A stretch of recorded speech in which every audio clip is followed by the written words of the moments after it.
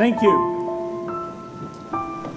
President Bach, former President Rudenstein, incoming President Faust, members of the Harvard Corporation and the Board of Overseers, members of the faculty, parents, and especially the graduates. I've been waiting more than 30 years to say this. Dad, I always told you I'd come back and get my degree.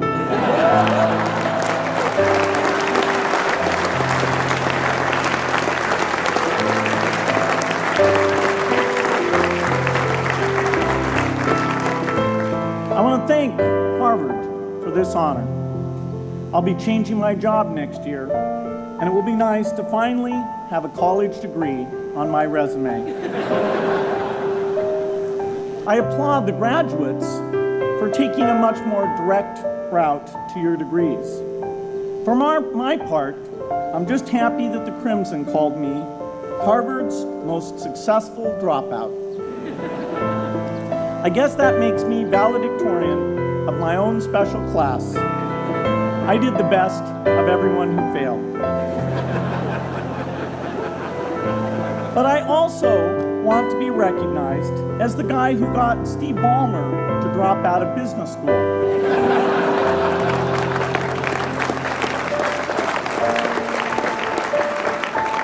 I'm a bad influence. That's why I was invited to speak at your graduation. If I'd spoken at your orientation, fewer of you might be here today.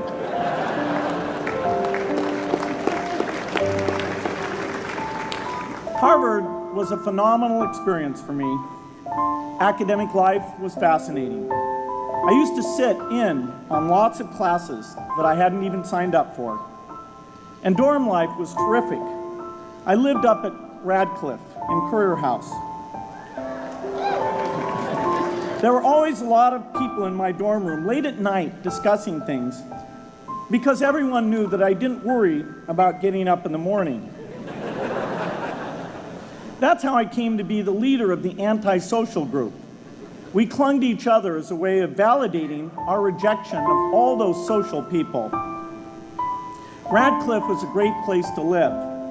There were more women up there, and most of the guys were math science types. The combination offered me the best odds, if you know what I mean. That's where I learned the sad lesson that improving your odds doesn't guarantee success.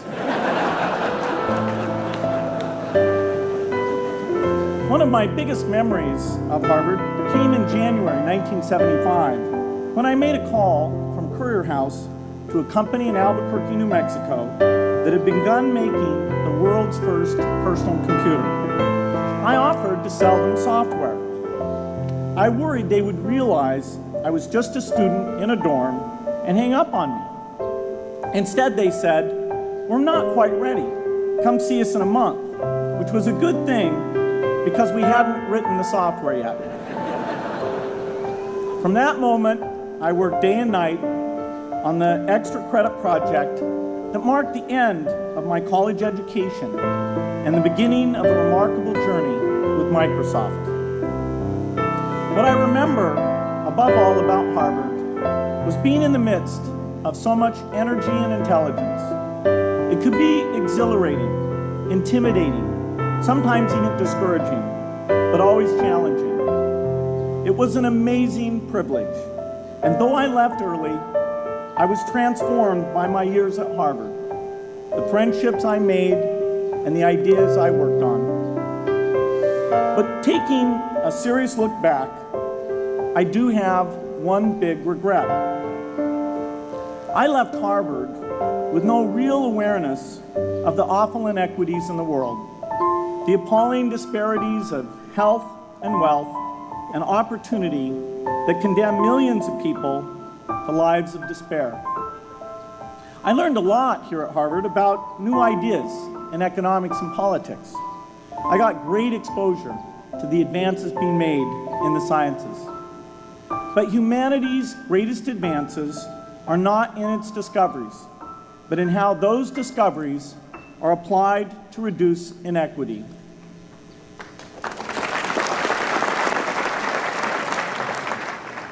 Whether through democracy, strong public education, quality health care, or broad economic opportunity, reducing inequity is the highest human achievement. I left campus knowing little about the millions of young people cheated out of educational opportunities here in this country. And I knew nothing about the millions of people living in unspeakable poverty and disease in developing countries. It took me decades to find out. You graduates came to Harvard at a different time. You know more about the world's inequities than the classes that came before.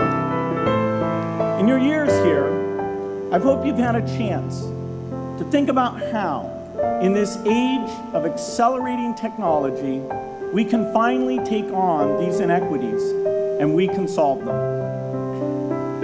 Imagine, just for the sake of discussion, that you had a few hours a week and a few dollars a month to donate to a cause. And you wanted to spend that time and money where it would have the greatest impact in saving and improving lives. Where would you spend it? For Melinda and I, the challenge is the same. How can we do the most good for the greatest number with the resources we have? During our discussions on this question, Melinda and I read an article about the millions of children who are dying every year in poor countries from diseases that we had long ago made harmless in this country. Measles, malaria, pneumonia, hepatitis B, yellow fever. One disease that I had never heard of, rotavirus, was killing 500,000 children each year, none of them in the United States. We were shocked. We had assumed that if millions of children were dying and they could be saved, the world would make it a priority to discover and deliver the medicines to save them. But it did not. For under $1, there were interventions that could save lives that just weren't being delivered. If you believe that every life has equal value, it's revolting to learn that some lives are seen as worth saving and others are not. We said to ourselves, this can't be true, but if it is true, it deserves to be the priority of our giving. So we began our work in the same way anyone here would begin it.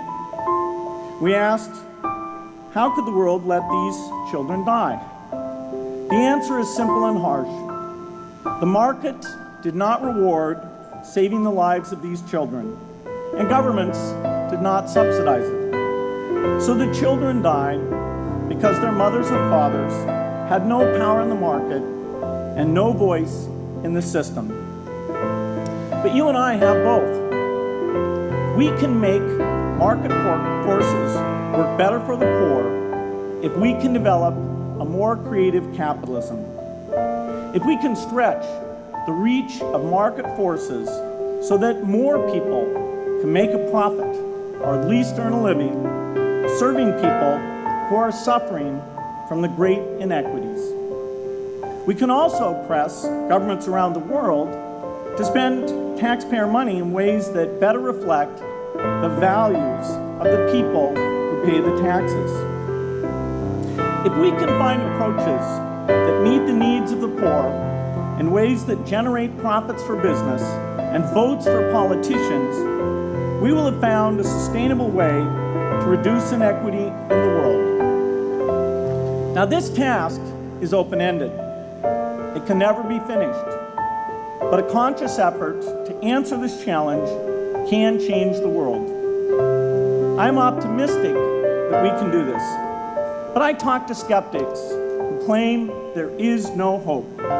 They say inequity has been with us since the beginning and will be with us until the end, because people just don't care. I completely disagree. I believe we have more caring than we know what to do with. All of us here in this yard, at one time or another, have seen human tragedies that broke our heart. And yet we did nothing, not because we didn't care, but because we didn't know what to do. If we had known how to help, we would have acted. The barrier to change is not too little caring. It is too much complexity. To turn caring into action, we need to see a problem, see a solution, and see the impact. But complexity blocks all three steps. Even with the advent of the internet and 24-hour news, it is still a complex enterprise to get people to truly see the problems. When an airplane crashes, officials immediately call a press conference. They promise to investigate, determine the cause, and prevent similar crashes in the future.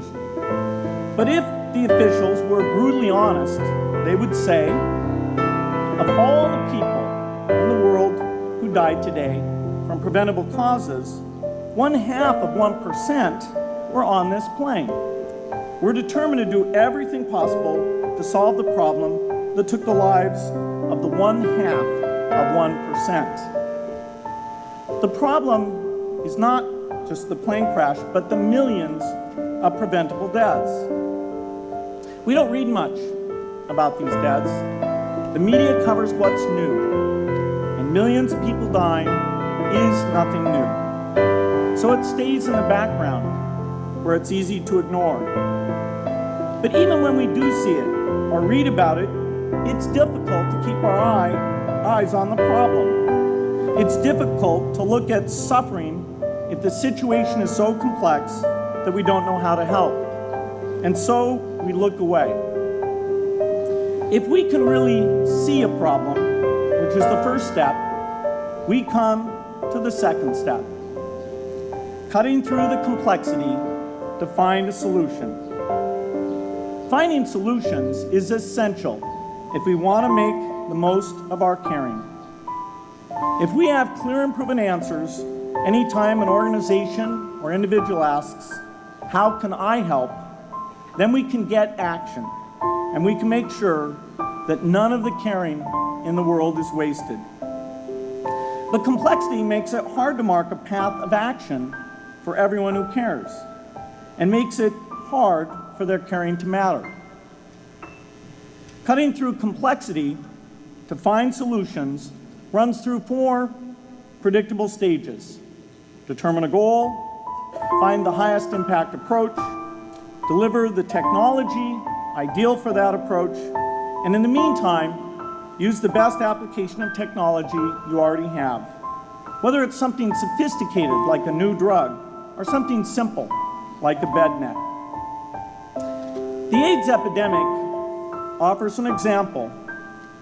The broad goal, of course, is to end the disease. The highest leverage approach is prevention. The ideal technology would be a vaccine that gives lifelong immunity with a single dose. So governments, drug companies, and foundations are funding vaccine research. But their work is likely to take more than a decade. So in the meantime, we have to work with what we have in hand. And the best prevention approach we have now is getting people to avoid risky behavior.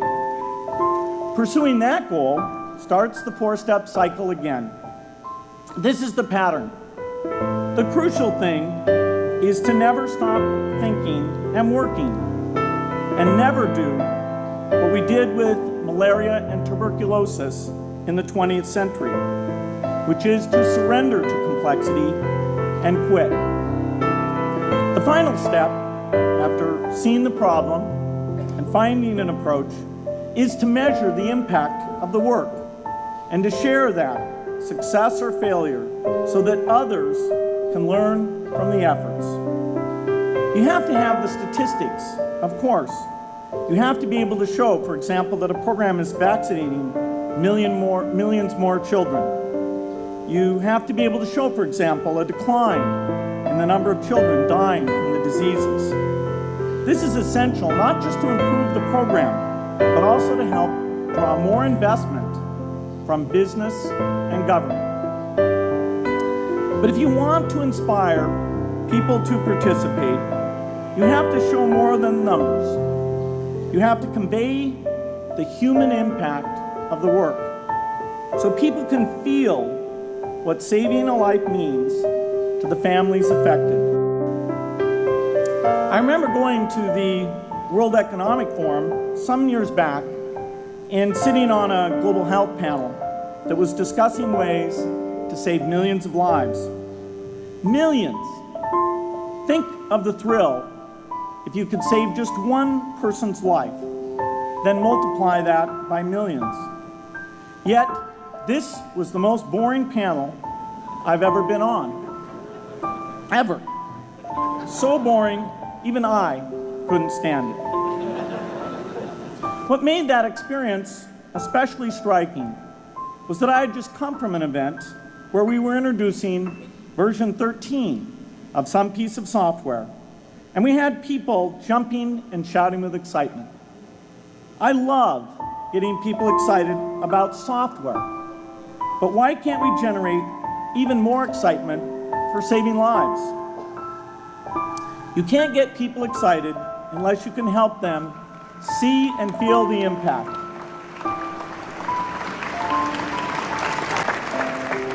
The way to do that is another complex question. Still, I'm optimistic. Yes, inequity has been with us forever, but the new tools we have to cut through complexity have not been with us forever. They are new. They can help us make the most of our caring, and that's why the future can be different from the past.